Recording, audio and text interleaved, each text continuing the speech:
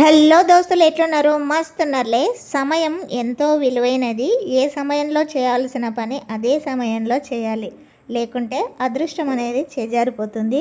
ఇలా ఎందుకు చెప్తున్నానంటే ఒక ఎగ్జాంపుల్ చెప్తాను, వినండి. అనిత అని ఒక 7వ తరగతి అమ్మాయి, తెలివైన అమ్మాయి, చక్కగా చదువుతుంది, చక్కగా పాడుతుంది కూడా. కానీ ఆమెకు కొంచెం నిర్లక్ష్యం ఎక్కువ. ప్రతి పని వాయిదా వేయడం తనకి అలవాటు. అలా చేయవద్దని వాళ్ళమ్మ ఎన్నోసార్లు హెచ్చరించింది. అయినా కూడా ఆ అనిత అనే అమ్మాయి పట్టించుకోలేదు. ఒకసారి ఆ ఊర్లో సాంస్కృతిక కార్యక్రమాలు జరిగాయి. అన్ని స్కూళ్ళ నుంచి విద్యార్థులు పాటలు, ఆటల పోటీలు పెట్టారు. అనిత పాటల పోటీలో పాల్గొంది. అందులో ఆమెకి మొదటి బహుమతి కూడా వచ్చింది. కొన్ని రోజుల తర్వాత ఒకరోజు సాంస్కృతిక కార్యక్రమాలు నిర్వహించిన సంస్థ నుంచి అనితకు ఒక ఉత్తరం అయితే వచ్చింది. గత నెలలో జరిగిన పాటల పోటీలో మొదటి బహుమతి వచ్చినందుకు మరునాడు తమ కార్యాలయానికి వచ్చి బహుమతి తీసుకోవాల్సిందిగా రాశారు ఆ ఉత్తరంలో.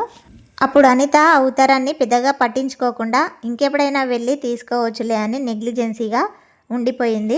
మర్నాడు వెళ్లకుండా 4 రోజుల తర్వాత వెళ్ళింది. ఆ సంస్థ వారు బహుమతితో పాటు పట్టణంలో జరుగుతున్న పెద్ద సర్కస్ చూడ్డానికి 2 టికెట్లు కూడా ఇచ్చారు. అయితే ఆ టికెట్ అంతకు ముందు రోజు జరిగిన ఆటవేవి. అనిత అవి చూసుకొని అయ్యో, కనీసం నిన్న వచ్చినా బాగుండేది కదా అని బాధపడింది.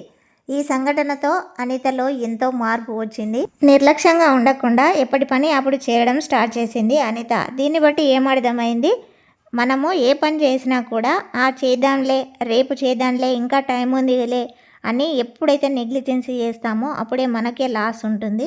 ఏమో ఏ టైం ఎలా ఉంటుందో మనం చెప్పలేము. కాబట్టి ఏ రోజు పని ఆ రోజు చేయడమే చాలా ఉత్తమమైన పద్ధతి అండి.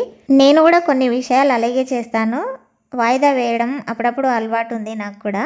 అలా చేయకూడదని నేను కూడా దీన్ని బట్టి నేర్చుకున్నాను. మీరు కూడా ఇలా చేస్తారని అనుకుంటున్నాను. ఇంకా వీడియో విషయానికి వస్తే, ఉదయము పిల్లలకి లంచ్ బాక్స్ వచ్చేసి రైసు, క్యాలీఫ్లవర్ కర్రీ అయితే చేశాను. ఇంకా బ్రేక్ఫాస్ట్ వచ్చేసి ఇడ్లీలు, సాంబారు, పల్లి చట్నీ అయితే చేశాను. ఇంకా పిల్లలు సాంబార్ లేనిదే అస్సలు తిన్నారు. నిన్న కూడా ఇడ్లీ చేశాను.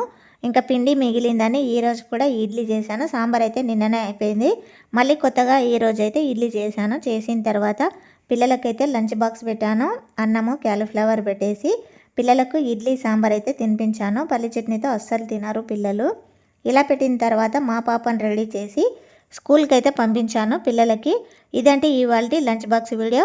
నా వీడియో నచ్చితే ఒక లైక్ కొట్టి షేర్ చేసి సబ్స్క్రైబ్ చేసుకోండి. మీలో ఇంకెవరైనా కొత్తగా నా ఛానల్ చూస్తున్నట్లయితే మర్చిపోకుండా సబ్స్క్రైబ్ అయితే చేయండి. Thank you for watching. Next వీడియోలో మళ్ళీ కలుద్దాం. Bye bye.